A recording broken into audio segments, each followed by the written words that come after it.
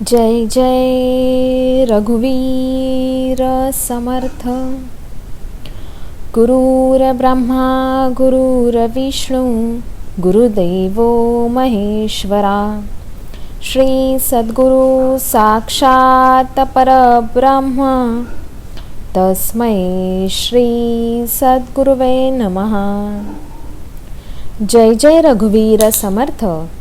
श्रीमद दासबोध दशक 19वा शिकवण नाम समास 5वा देहमान्य निरूपण नाम श्रीराम समर्थ।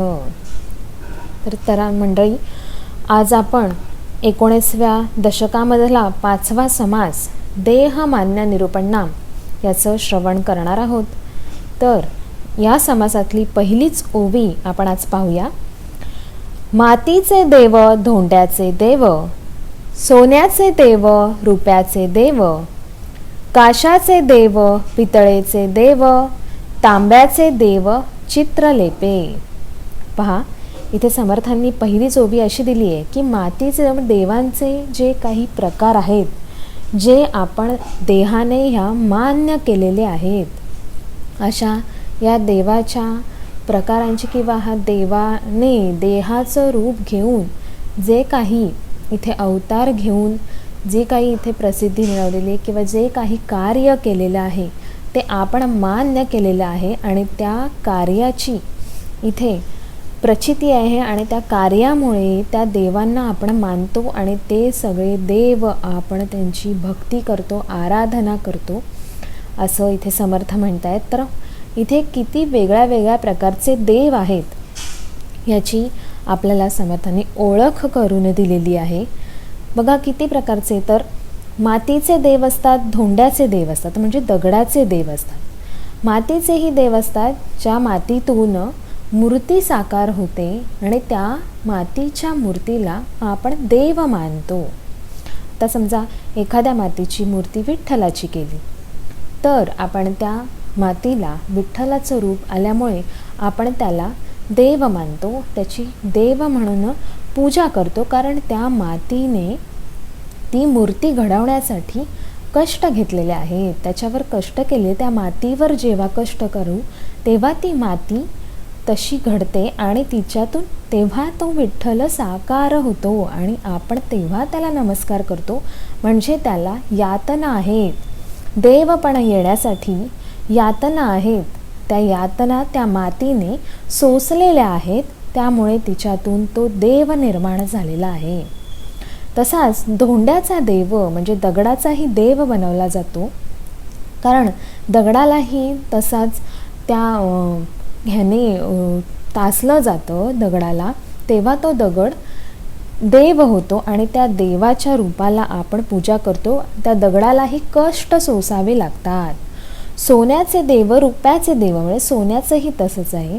सोन्यालाही कारागीर जेव्हा त्या सोन्यावर प्रक्रिया करतो तेव्हा त्यापासून देव होतो आणि आपण त्याची पूजा करतो।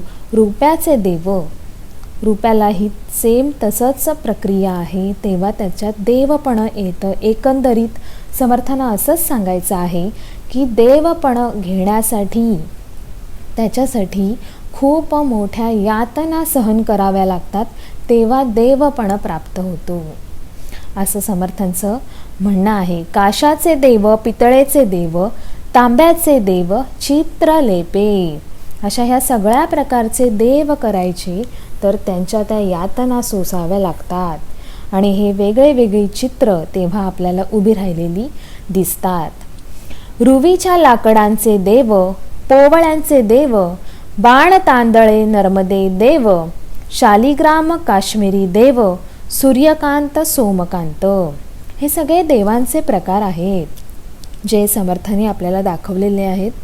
हे जे प्रकार आहेत म्हणजे रुवीच्या लाकडांचे देव आहेत, पोवळ्यांचे देव आहेत जे बनवले गेलेत, नर्मदेतले जे देव आहेत म्हणजे नर्मदेतले जे गोटे घरी आणतात त्याची पूजा करतात, म्हणजे त्यांना पण काय झालं, देवत्व प्राप्त झालं। शालिग्राम काश्मीरी देव, शालिग्रामामधले पण काश्मीरीचे देव आहेत आणि सूर्यकांत सोमकांत ही तीर्थ आहेत।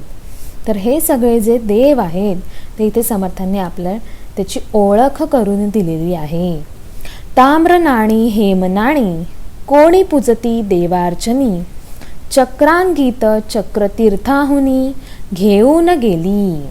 म्हणजे पहा, कोणी कोणी नाणी म्हणूनही देव पूजतात, तर कोणी काय करतात, देवार्चनी.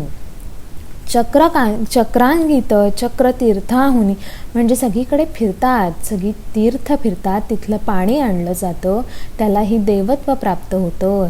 ते सगळं पाणी घरी आणलं जातं, गंगा म्हणून आपण देवाऱ्यात त्याची पूजा करतो.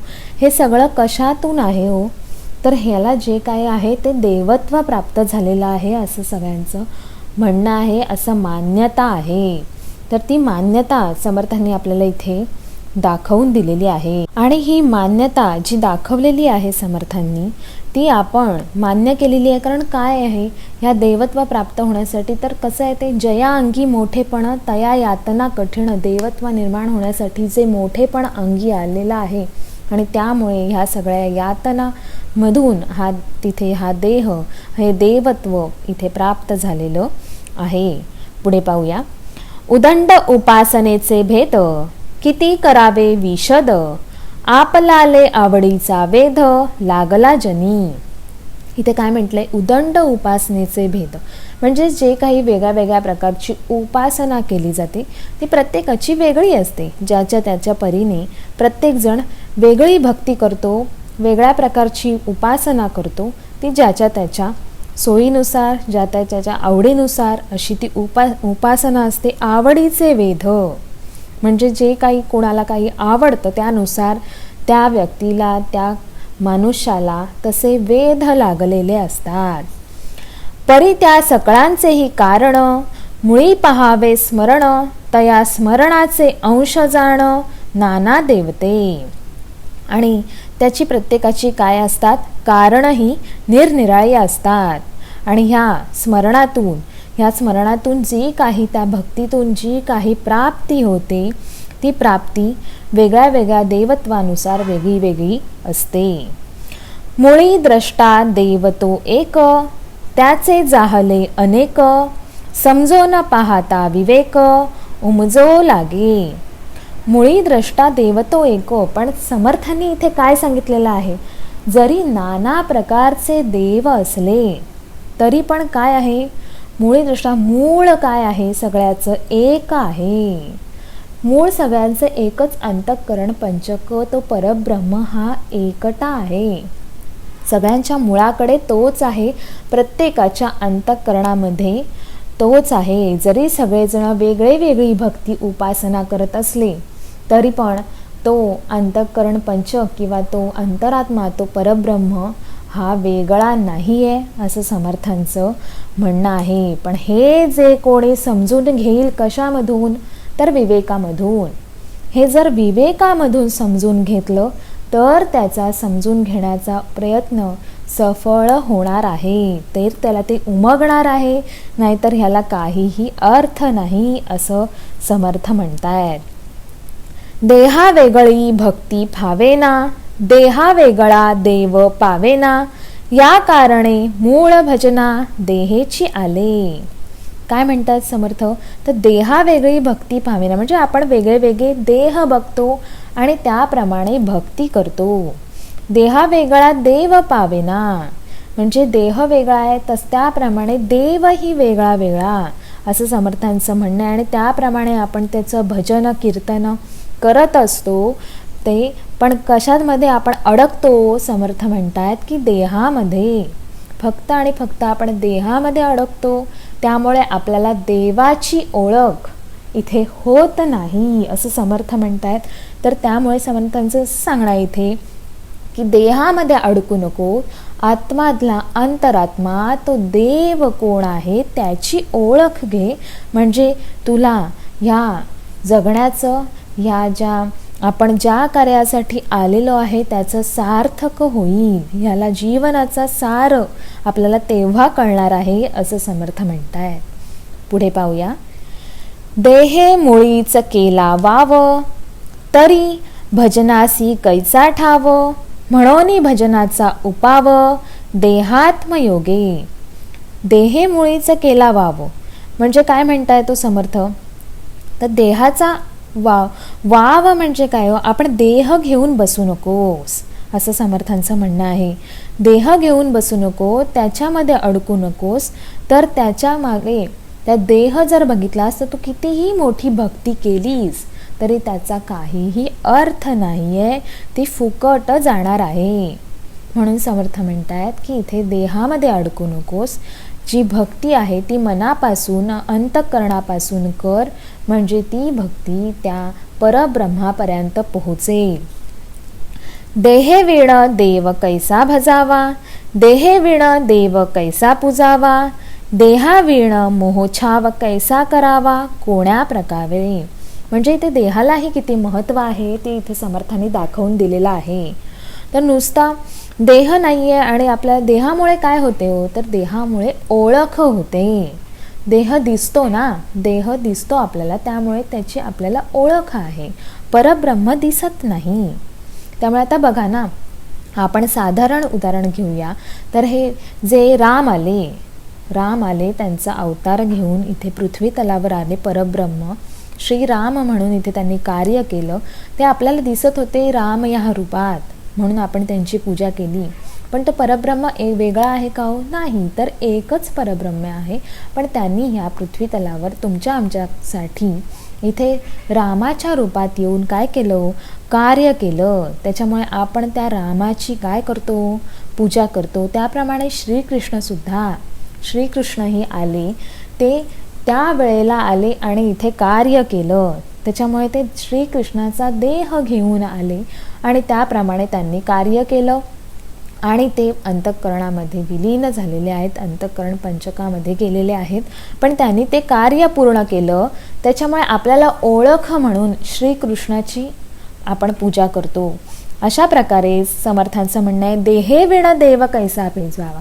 म्हणजे जर देह नसता तर आपल्याला ओळख झाली नसती, त्यामुळे आपण त्याची पूजा करता आपल्याला आली नसती, आपण त्याच्यावर मोह जीव लावला नसता. त्याच्यामुळे समर्थ म्हणणं देह ही तितकाच महत्त्वाचा आहे, असं समर्थ इथे सांगत आहेत. अत्र गंध पत्र पुष्प फल तांबोल धूप दीप, नाना भजनाचा साक्षेप कोठे करावा. म्हणजे बघा समर्थ म्हणतात, जर देह नसता तर आपण पूजा कशी केली असती. हे सगळ्या ज्या पूजेसाठी लागणाऱ्या गोष्टी आहेत त्या आपण कुठे वाहिल्या असत्या. जर देह नसता तर त्यामुळे ओळख नसती आपल्याकडे, त्यामुळे आपल्याला पूजा ही करता आली नसती. त्यामुळे आपण हे सगळं जे काही नैवेद्य दाखवतो, पूजा करतो, फुलं वाहतो, ती कुठे वाहिली असती, असं समर्थांचं म्हणणं आहे. म्हणजे देहाशिवाय ह्या गोष्टी शक्य नव्हत्या, असं समर्थ म्हणतायत. देवांचे तीर्थ कैसे घ्यावे, देवासी गंध कोठे लावावे, मंत्र पुष्प तरी वावे कोणे ठाई. म्हणजे त्यांचं तीर्थ कसं घ्यावं, गंध कुठे लावावं, हा सगळा आपल्याला प्रश्न पडला असता, असं समर्थांचं म्हणणं आहे. की ह्या सगळ्या याच्यामध्ये आपल्याला पूजा करता आली नसती, जर ओळख नसती, देह नसता तर आपल्याला ते करता आलं नसतं. असं समर्थ देहाचं महत्त्व काय आहे ते आपल्याला पटवून देत आहेत. म्हणून देहाविण आडते, अवघे साकडेची पडते, देहाकरिता घडते भजन काही. म्हणून इथे काय होतं, देहाचं त्यामुळे देहाविण आडते. म्हणजे पहा इथे समर्थ किती सुंदर सांगतायत की देह ही तितकाच महत्त्वाचा आहे आणि अंतरात्माही तितकाच महत्त्वाचा आहे. जर देह नसता तर त्यालाही ओळख नसती आणि अंतरात्मा नसता तर देहाला ओळख नसती. म्हणजे हे दोघेही एकमेकांवर कसे आहेत, एकमेकांशी समतोल आहेत. त्यामुळे आपल्याला हे दोघांचीही किंमत ठेवावी लागणार आहे, असं समर्थ म्हणतायत. तर अवघे साकडची पडते, देहाकरिता घडते भजन काही. तर हे भजन जे काही आहे ते देहासाठी आहे, असं समर्थांचं म्हणणं आहे. देव देवता भूते देवते, मुळींचे सामर्थ्य आहे तेथे, अधिकार नाना देवते भजत जावी. हे जे काही आहे, जे सामर्थ्य आहे, ते जे अधिकार आहेत त्या देहाला दिलेले आहेत. असं समर्थ म्हणतायत की हे जे काही अधिकार आहेत ते देहाला मिळालेले आहेत, आतल्या अंतरात्म्याचे नाहीत. तर ते देहाला, कारण देह दिसतोय, ज्या दिसणाऱ्या गोष्टीला अधिकार दिला जातो, त्यामुळे हे जे काही अधिकार आहेत, हे जे काही सामर्थ्य आहे ते कशाला आहे? देहाला आहे. नाना देवी भजन केले, ते मूळ पुरुषासी पावले, या कारणे सन्मानिले, पाहिजे सकळ काही. म्हणजे सगळीकडे जे काही भजन केलं, कीर्तन केलं, जे काही इथे ह्या देहासाठी केलं, पण ते कोणाला गेलं? ते अंतरात्म्यापर्यंत पोचलं. ते केलं देहासाठी, पण ते गेलं कोणाला? त्या परब्रह्माला पोचलेलं आहे. आणि त्यामुळे हे सगळं शेवटी कोणाच्या आपण चरणाला समर्पित करतोय? तर अंतरात्म्याच्या चरणाला समर्पित होतंय. ते मूळ पुरुषाकडे जातंय असं समर्थ म्हणतायत. त्याच्यामुळे हे जे काही केलं पाहिजे ते सन्मानाने, आदराने केलं पाहिजे असं समर्थ म्हणतात. कारण आपण देहासाठी जे काही करू ते अंतरात्म्याला पोहोचणार आहे, ह्या जाणीवेतून केलं पाहिजे. त्यामुळे ते सन्मानाने केलं पाहिजे. पुढे पाहूया. मायावल्ली फांपावली, नाना देहे फळ लागली, मुळींची जाणीव कळो आली फळामध्ये. म्हणजे काय म्हणतात इथे समर्थ? मायावल्ली फाफावली. म्हणजे बघा, एखादं झाड, एखादा वृक्ष जो आता असा वाढत जातो, तो खूप फांपावतो आणि त्याला काय लागतात? फळं फुलं ही लगडतात. ती कशी काय लगडतात? जेव्हा तो वृक्ष वाढतो, जेव्हा ती फांदी वाढत जाते, तेव्हा ती लगडली जाते. पण ही जाणीव जी असते ती त्यांच्या मुळांना असते. त्या मुळांना जाणीव आहे की आपला हा वृक्ष एवढा वाढत चालला आहे, तो खूप पसरलेला आहे आणि त्याला काय लागलेली आहेत? फळं फुलं लागलेली आहेत. त्यामुळे आपण इथे बळकटी धरून उभं राहणं काय आहे? गरजेचं आहे. त्याचप्रमाणे इथे काय आहे? आपल्या देहाने जे काही आपल्या देहाने विस्तार केलेला आहे, तो विस्ताराची जाणीव आपल्या देहाला आहे. आणि त्या देहाच्या विस्ताराची जाणीव कोणाला आहे? तर त्या परब्रह्माला आहे. त्या परब्रह्माला माहीत आहे की या देहाने किती विस्तार केलेला आहे आणि त्याप्रमाणे तो परब्रह्म त्या देहाला चालवत आहे. पुढे पाहूया. म्हणोनी येळी व न करणे, पाहणे ते येथेची पहावे, ताळा पडता रहावे समाधान. म्हणून काय नाही करायचं? तर येळी व न करणे म्हणजे आळस, कंटाळा न करणे. पाहणे तेथेची पाहावे म्हणजे जे काही आपलं कार्य आहे त्यामध्ये आपण चोख राहिलं पाहिजे. आळस करून, कंटाळा करून काहीही उपयोग नाही. कारण आपल्यामध्ये आपलं जे कार्य आहे, आपण ज्या कार्यासाठी इथे आलेलो आहे, ते कार्य पार पाडणं ही आपली जबाबदारी आहे. आपण ही जी काही आपल्यामुळे आपला जो काही विस्तार झालेला, आपला प्रपंच असा विस्तार झालेला आहे, हा विस्तार सांभाळणं ही आपली जबाबदारी आहे असे समर्थ म्हणतायत. या प्रपंचात, संसारात आपण आलेलो आहोत ना, तर आपण ती जबाबदारी पूर्णपणे, प्रामाणिकपणे पार पाडली पाहिजे असं समर्थ सांगतात इथे. म्हणजे पहा, इथे समर्थ संसाराची किती चांगली ओळख करून देत आहेत की तुला संसारात आणलेला आहे, तर त्या कार्यासाठी तू आलेला आहेस, तू प्रपंच घेऊन उभा आहेस, तर त्या प्रपंचामध्ये तू कसा राहा? तू नेटका राहा. त्या प्रपंचाला तू तुझा नेटका सांभाळ कर. कारण हा प्रपंच कोणामुळे वाढलेला आहे? तर आपल्यामुळे वाढलेला आहे. त्यामुळे ही आपली जबाबदारी आहे, हा प्रपंच नेटका करावा असं समर्थ सांगतायत आपल्याला. पुढे पाहूया. प्राणी संसार टाकीती, देवास धुंडीत फिरती, नाना अनुमानी पडती, जेथे लोक. म्हणजे पहा, संसार प्राणी काय करतात? म्हणजे मनुष्य प्राणी संसार टाकती कशासाठी? तर देवाला शोधण्यासाठी, देवाची ओळख घेण्यासाठी इथे प्राणी काय करतायत? संसार टाकतायत, म्हणजे त्याग करतायत संसाराचा. आणि कुठे जाताय तो? रानावना डोंगरामध्ये संसाराचा त्याग करून आपल्या पाठच्या माणसांना सोडून हे सगळे देव शोधायला जात आहेत. त्याच्यामुळे काय होतंय? पाठची त्यांची जबाबदारी तशीच राहते आणि त्या जबाबदारीतून ते वंचित होऊन फक्त देवाच्या नावावर फिरत आहेत आणि हे पूर्णपणे चुकीचं आहे असं समर्थ म्हणतायत. हे योग्य नाही, हे वागणं योग्य नाही असं समर्थ शिकवतायत आपल्याला. तर ह्याच्याकडे आपण लक्ष देणं गरजेचं आहे. ही शिकवण समर्थाची लक्षात ठेवणं गरजेचं आहे. आपल्या जबाबदाऱ्या नेकीने पार पडणं ह्यातच आपला धर्म आहे याचं समर्थांचं म्हणणं आहे. पुढे पाहूया. लोकांची पाहता रीती, लोक देवार्चने करती, अथवा क्षत्रदेव पाहती ठाई ठाई. म्हणजे पहा इथे काय म्हणतात, लोकांची पाहता रीती म्हणजे इथे जी काही लोक आहेत देवार्चने करते, म्हणजे जी काही देवाच्या पूजा विधी काय करत आहेत ती क्षत्रदेव पाहते. म्हणजे सगळीकडे फिरतायत, हिंडतायत. का तर आपल्या जबाबदाऱ्या झटकून सगळीकडे फिरतायत. ठाई ठाई म्हणजे ठिकठिकाणी, ठिकठिकाणी हे जे काही देवासाठी चालू आहे तर ते फक्त काय बाजार मांडलेला आहे. देवाचा नुसता बाजार करून काही उपयोग नाही, तर खरंच त्यामध्ये लीन होणं गरजेचं आहे. देवाची भक्ती करून आपण आपल्या कर्तव्यामध्ये उभं राहणं इथे गरजेचं आहे असं समर्थांचं म्हणणं आहे. पुढे पाहूया. अथवा नाना अवतार, ऐकोनी धरती निर्धार, परिते अवघे सविस्तर होऊन गेले. आता पहा इथे खूप सारे देवाचे अवतार आहेत, आपल्याला माहीतच आहेत, पण ते त्या वेळेस काय केलं त्यांनी कार्य केले आणि निघून गेलेले आहेत. नाना अवतार घेतले देवाने.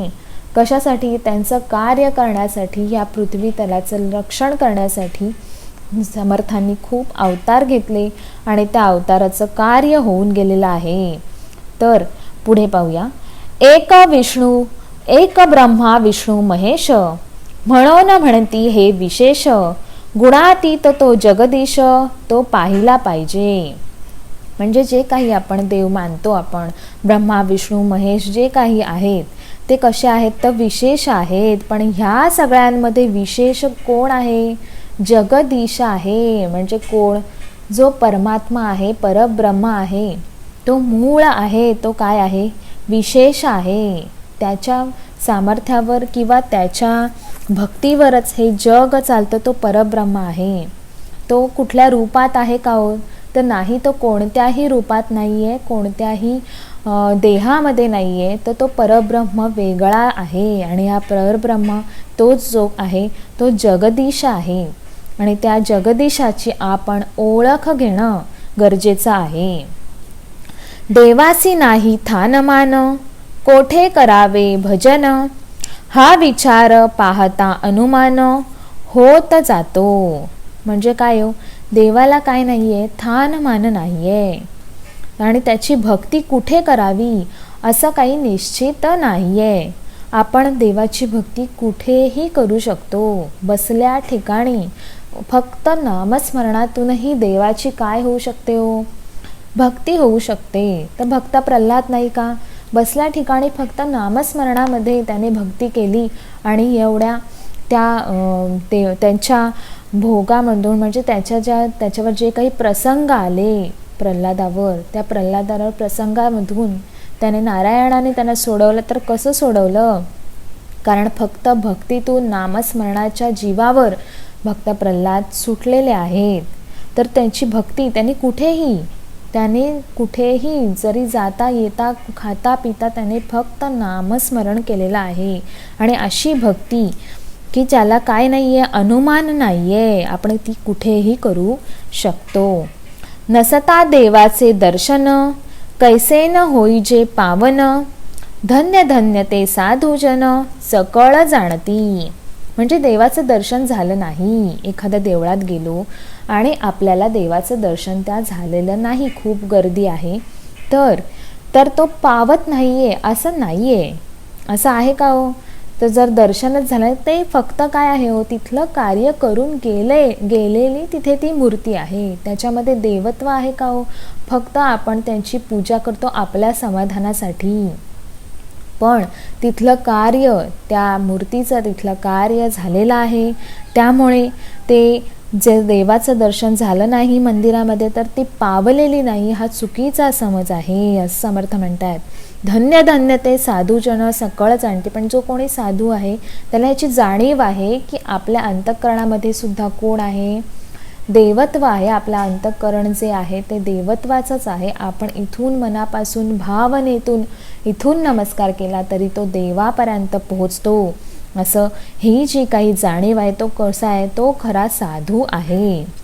भूमंडळी देवनाना त्यांची भीड उल्लंघेना, मुख्य देवतो कळेना काही केल्या.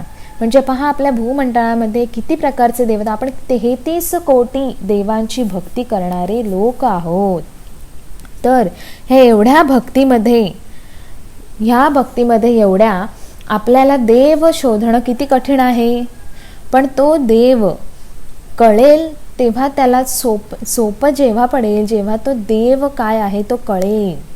म्हणजे ह्या सगळ्या देवांना ओलांडून शोधून एक देव शोधणं कठीण आहे. पण तो परब्रह्म जो आहे तो खरा जाणीवेचा, म्हणजे जो परब्रह्म आहे त्याला आपण त्याची भक्ती केली, त्याची जाणीव ठेवली तर ह्या सगळ्या देवांचं आपल्याला जे काही आपल्याला या सगळ्या देवांमध्ये आपल्याला नमस्कार करायचा असेल का, त्या कुठल्याही देवाची भक्ती करायची असेल तर त्या एका परब्रह्माची भक्ती केली तरी ती त्या देवापर्यंत पोहोचणार आहे असं समर्थ म्हणतात. पण तो एक देव जो आहे तो कळला पाहिजे. तो जर कळला तर ह्या भक्तीचा खरा अर्थ इथे समर्थ आपल्याला सांगून देत आहेत. पुढे पाहूया. कर्तृत्व वेगळे करावे, मग त्या देवासी पहावे, तरीच काही एक पडे ठावे गौप्य गुह्य. म्हणजे काय हो, तर आपलं कर्तृत्व वेगळं करावे, मग त्या देवासी पाहावे. म्हणजे आपलं जे काही कार्य आहे ते पहिले पार पाडावं, तेव्हा आपल्याला देवपणा प्राप्त होतं असं समर्थ म्हणतात. आपण आपल्या कर्तव्यामध्ये उभं राहावं. त्याच्यामुळे आपल्याला म्हणजे देव काय सांगतो, देव म्हणजे काय, परब्रह्म आपल्याला जो कर्तव्यामध्ये जाणीवेमध्ये उभा करतोय तो हेच सांगतो की तुला जिथेच आहे, तुला जिथे जन्म दिलेला आहे तिथे तू तुझ्या कर्तव्यामध्ये जाणीवेमध्ये उभा राहा, तुझं कार्य चोख कर. म्हणजे तुला वेगळा देवाचा शोधावं लागणार नाही, तिथेच तुला देवाची ओळख झालेली आहे असं समजेल. हे जे गुह्य आहे हे आपल्याला समर्थाने इथे आपल्याला काढून दाखवलेलं आहे की तुला वेगळी भक्ती करायची गरज नाही आहे. तुझी जे काही आहे ते तुझं इथेच आहे, ते तू प्रामाणिकपणे कर. म्हणजे तुला तिथे देव सापडलेला आहे असं समर्थ म्हणतायत. ते दिसेना ना भासेना, कल्पांतीही नासेना, सुकृता वेगळे विश्वासेना तेथे मन. म्हणजे इथे कसं आहे होतं, देव हा दिसतही नाही आणि नासतही नाही, तर तो कसा आहे, कल्पनेच्या कसा आहे पलीकडे आहे. असा तो परब्रह्म आहे. ज्या परब्रह्माची आपण ओळख घेत आहोत, हा परब्रह्म सगळ्याच्या पलीकडे आहे आणि तिथेच आपलं मन, आपले विचार तिथेच गेले पाहिजेत. उदंड कल्पिते कल्पना, उदंड इच्छिते वासना, अभ्यंतरी तरंगनाना, उदयात ते पावती. म्हणजे इथे पहा की आपण किती वेगळ्या वेगळ्या प्रकारच्या कल्पना करतो, आपल्या किती वेगळ्या वासना असतात. पण त्याच सगळ्या वासना आपण ज्या आपल्या अंतरी चालू असतात, त्या अंतरीच्या वासना कल्पना कोणाला माहीत असतात, त्या एका परब्रह्माला माहीत असतात. पण ह्या सगळ्याच्या पलीकडे तो परब्रह्म उभा आहे, ह्याची आपल्याला जाणीव असणं खूप गरजेचं आहे. ह्या जाणीवेच्या पलीकडे तो परब्रह्म आहे. त्यामुळे जे काही आपलं कार्य आहे ते जाणीवेतून करणं खूप गरजेचं आहे. म्हणून कल्पना रहित तेची वस्तू शाश्वत, अंत नाही म्हणून अनंत बोली जे तया. म्हणजे तो कसा आहे हो, कल्पने रहित आहे. म्हणजे कल्पनेच्याही पलीकडे कोण आहे, परब्रह्म आहे. त्याच्यामुळे तो शाश्वत आहे, त्याचा कधीही अंत होऊ शकत नाही.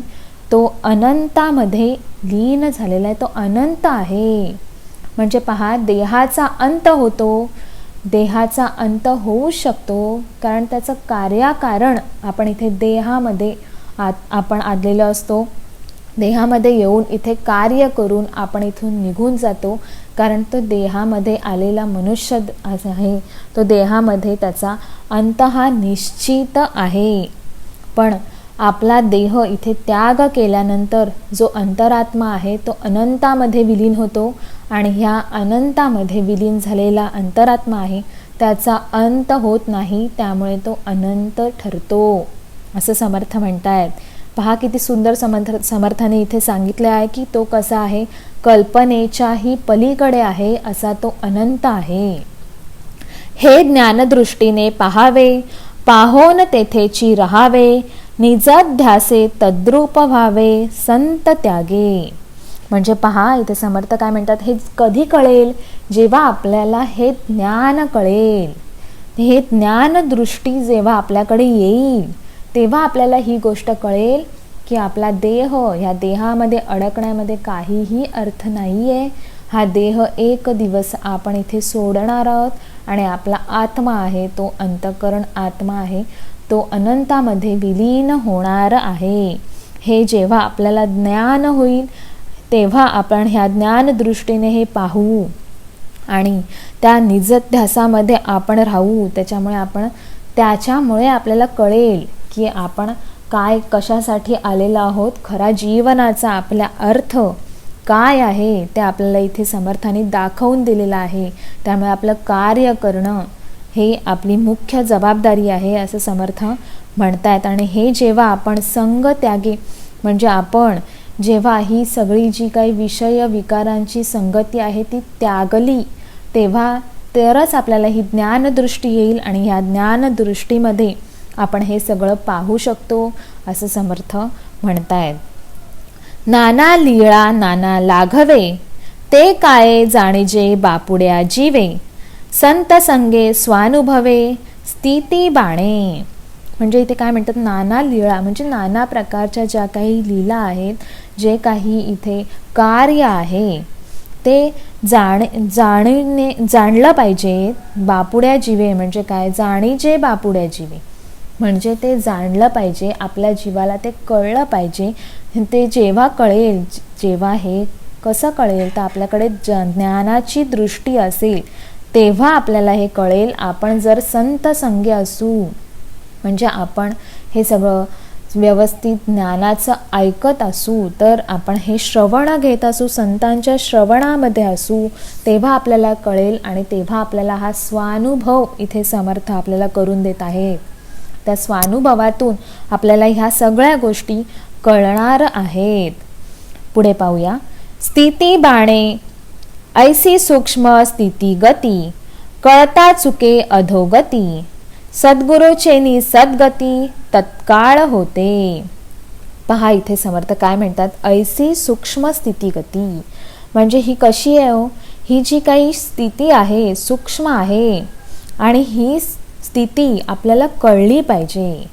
आणि ही जर कोणाला कळत नसेल तर तो कसा आहे, तो अधोगतीच्या मार्गावर आहे असं समर्थ म्हणतात. ही जाणीव जी आपल्याला आहे, आपल्याला समर्थाने आता करून दिलेली आहे की देहामध्ये अडकू नकोस, देहाच्या पलीकडे कोण आहे, तो परब्रह्म आहे, आणि त्या परब्रह्माने ह्या देहाला मान्य केलेला आहे, त्यामुळे इथे हे कार्य चालू आहे.